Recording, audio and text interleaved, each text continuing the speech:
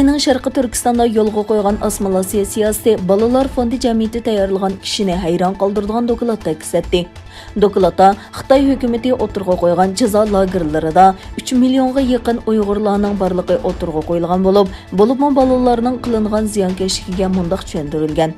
Cho'nglar siyosiy ma'arif va tarbiyalash lagerlariga qamalgan vaqtda bolalar davlat yotiqida tutib turildi.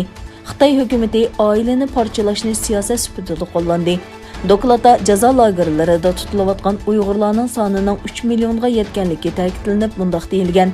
Sharqi Turkistondagi kundalik turmushni kontrol qilish va bostirish Uyg'ur, Qozoq va boshqa osonliq millatlarga ta'sir ko'rsatadi va bu qilmishlar xalqaro qonunning kamsitishga qarshi turish belgilamasiga xilof.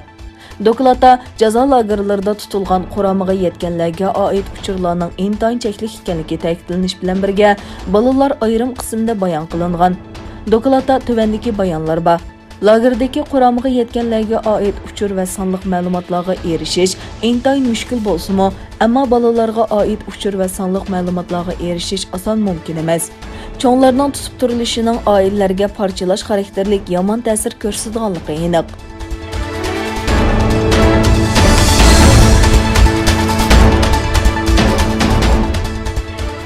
Xitoy hukumatı Uyg'urlarning keng ko'lamlik majburiy emgakka silinayotganligiga oid ishonchlik va yetarli faktlar qarmay, majburiy emgakning mavjudligini davomli inkor qilmoqda.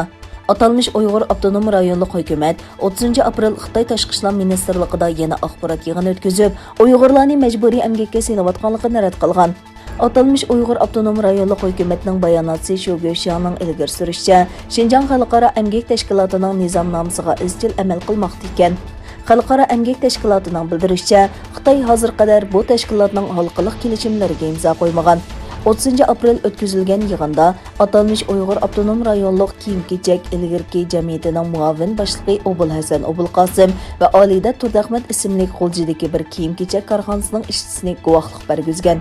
Olida Turdahmat atalmış Xinjiangdagi har millat xalqi xizmat tanlashlarkin, qayerga berib qanday xizmat qilishni o'z ixtiyori bilan tanlay oladi degan.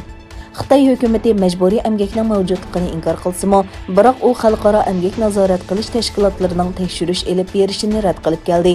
30 apreldagi axborot yig'ini Uyg'ur elida ishlab chiqarilgan mahsulotlarni boyqut qilgan shirkatlar texnik ko'payayotgan mezgilda o'tkazilgan.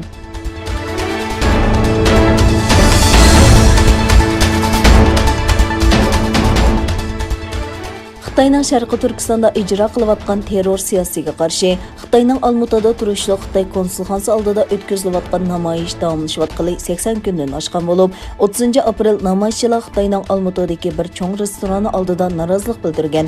Ko'pincha onalardan tashkillangan namoyishchilar qo'llarida Xitoy tarafidan Sharqi Turkistonda jazo lagerlari yoki turmaga solingan oila a'zolarining suratlarini ko'tarib, Olmutadagi Xitoyning cho'ng oshxonasi oldida namoyish o'tkazgan.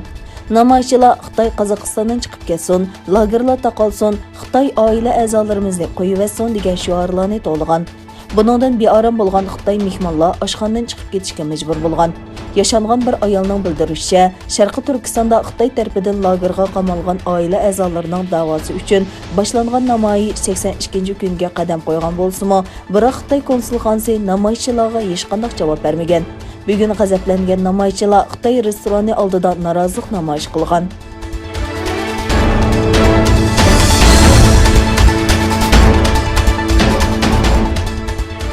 Xabar qilinishicha, Shvetsiya parlamentida Sharqi Turkistondagi irqiy qirg'inchilik haqida munozara o'tkazilgan.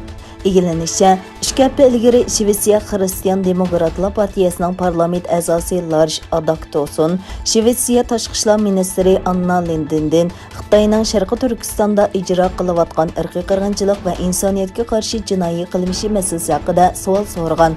Bildirishicha, bu muzokara yig'ini tashqi ishlar ministri Anna Lindinning parlament a'zosi Larsning savoliga javob berish uchun o'rinlashtirilgan.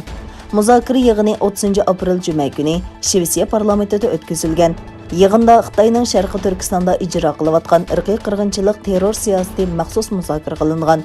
Ma'lum bo'lishicha, yig'inda tashqi ishlar ministri Uyg'urlarga qilingan ziyonkashlikni Amerika, Kanada va Gollandiya hal qilgan usulda irqiy qirg'inchilik deb qaror qilishga tayyormi? Ministr Xitoyning Sharqi Turkistonda ijro qilayotgan jinoiy qilmishlarga qarshi qanday harakat qo'llanmoqchi qatorliq muhim masalalar muzokara qilingan.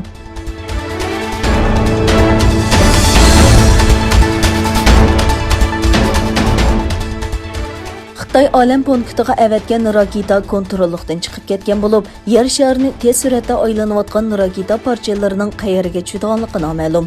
Xitoy 4-oyning 29-kuni 5B uzun safar nomli raketani ئالەم boshlig'iga ئەۋەتكەن. Raketa muvaffaqiyatli qo'yib berilgandan keyin modul qo'yib berguvchi asosli gavdadan chiqib, planlangan orbitaga kirgan.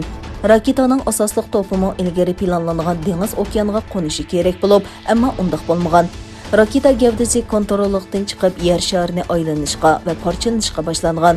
21 tonna og'irlikdagi 30 metrlik raketa zapchastlarining qachon va qayerga tushib ketadiganligi noma'lum. Mutaxassislar bu parchalarning 10-may atrofida shimolda Nyu-York bilan Madrid, janubda Chili bilan Yangi Zelandiyaning Wellington o'tirishidagi rayoniga tushib ketishi mumkinligini mo'ljallandi.